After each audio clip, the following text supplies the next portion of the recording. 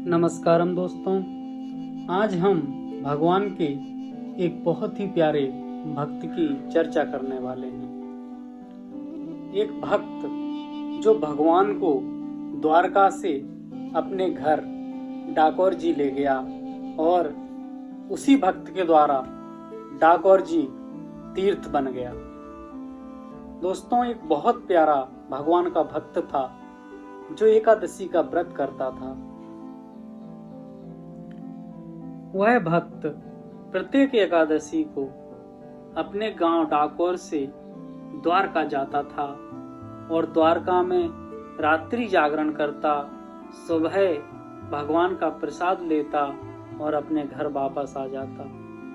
धीमे धीमे जब उसकी उम्र बढ़ने लगी और वह पैदल जाने में असमर्थ होने लगा तो वह अपने गांव से बैलगाड़ी के द्वारा एकादशी को द्वारका जाने लगा। एक बार की बात है दोस्तों, वह रात्रि जागरण में बैठा हुआ था और उसे एकदम से झपकी लग जाती है और वह नींद में देखता है कि प्रभु भगवान द्वारकाधीश उसके सामने खड़े हुए हैं। उनका बहुत सुंदर रूप है, उनकी शोभा कहीं नहीं जाती है और भगवान अपने भक्त से कहते हैं कि प्यारे, अब तुम्हारी उम्र हो चली है, तुम्हारा यूं आना जाना और तुम्हारा इतना श्रम करके थक जाना मुझसे देखा नहीं जाता है, लेकिन मुझे भी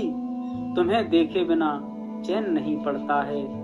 इसलिए मैं चाहता हूँ कि अब तुम मुझे अपने साथ ले चलो, जिससे तुम्हें आने में कोई परेशानी ना हो। जब उस भक्त ने नींद में भगवान की ऐसी बातें सुनी और एकदम से उसकी नींद खुल जाती है और वह चौंक जाता है। उसे लगता है कि हो सकता है यह मेरे मन की मनगढ़ंत कहानी हो, लेकिन परमात्मा का वो सुंदर रूप, वो छवि उसकी नजरों से हटती नहीं है और वह सोचता है कि हो ना हो प्रभु मेरे साथ जाना चाहते हैं। लेकिन उसने अपने आसपास नजर दौड़ाई और अंदर मंदिर में बैठे हुए पंडे पुजारियों को देखा। उसने सोचा कि यदि मैं मंदिर के गर्भगृह में घुसा तो ये पंडे पुजारी मेरी मार मार कर हड्डियां तोड़ देंगे। मैं भीतर कैसे प्रवेश कर पाऊंगा, कैसे परमात्मा को अपने साथ ले जा पाऊंगा।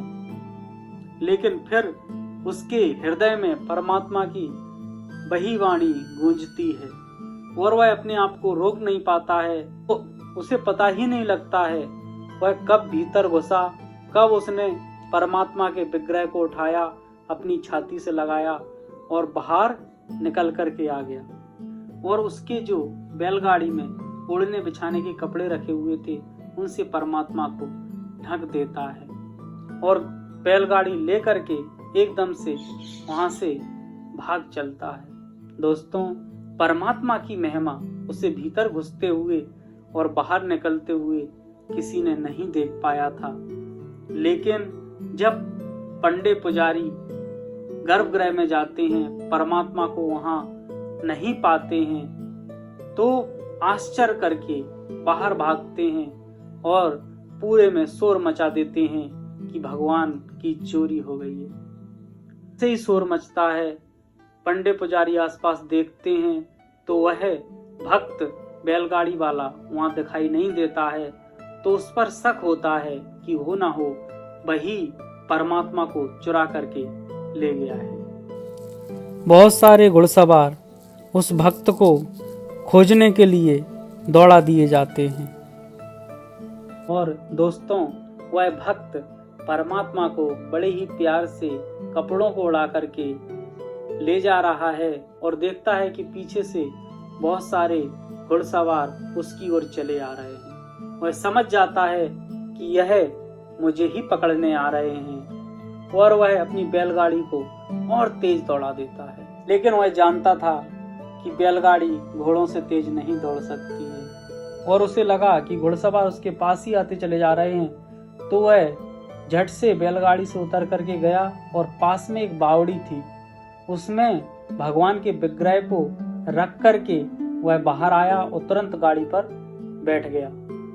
घुड़सवार उसके पास आ चुके थे। घुड़सवारों ने कहा, क्यों चोटे, भगवान को चुरा कर ले जा रहा है? भक्त ने कहा, मेरे पास कुछ नहीं है, आप चाहो तो मेरी गाड़ी की तलाशी ले लो। जब घुड़सवारों ने उसकी बैलगाड़ी की तलाशी ली तो उन्होंने भगवान के विग्रह का पीताम्बर उसकी गाड़ी में देख लिया। जब उन घुड़सवारों ने वह पीताम्बर देखा तो उस भक्त को मारना पीटना शुरू कर दिया। इतना मारा, इतना पीटा कि वह लूह लुहान हो गया। तभी बावड़ी से आवाज आती है कि मूर्खों, मेरे भक्त को मत मारो, मैं अपनी मर्जी से अपने भक्त के साथ द्वारका से डाकोर जी जा रहा हूँ और तुम जितना मेरे भक्त को मार रहे हो वो सब चोटें मुझ पर पड़ रही हैं। आओ देखो, मैं पूरा लू लोहान हो गया हूँ और मेरे लू लोहान से पूरी बावड़ी का पानी लाल हो गया है। घुड़सवार दौड़ करके जाते हैं, बावड़ी में देखते हैं तो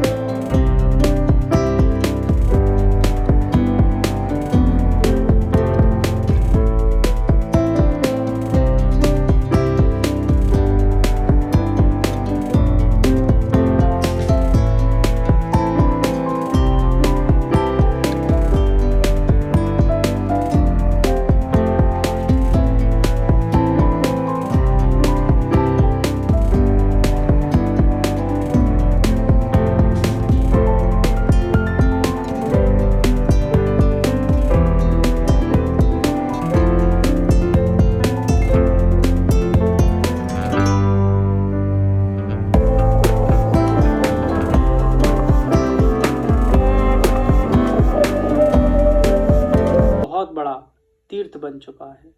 धन्यवाद।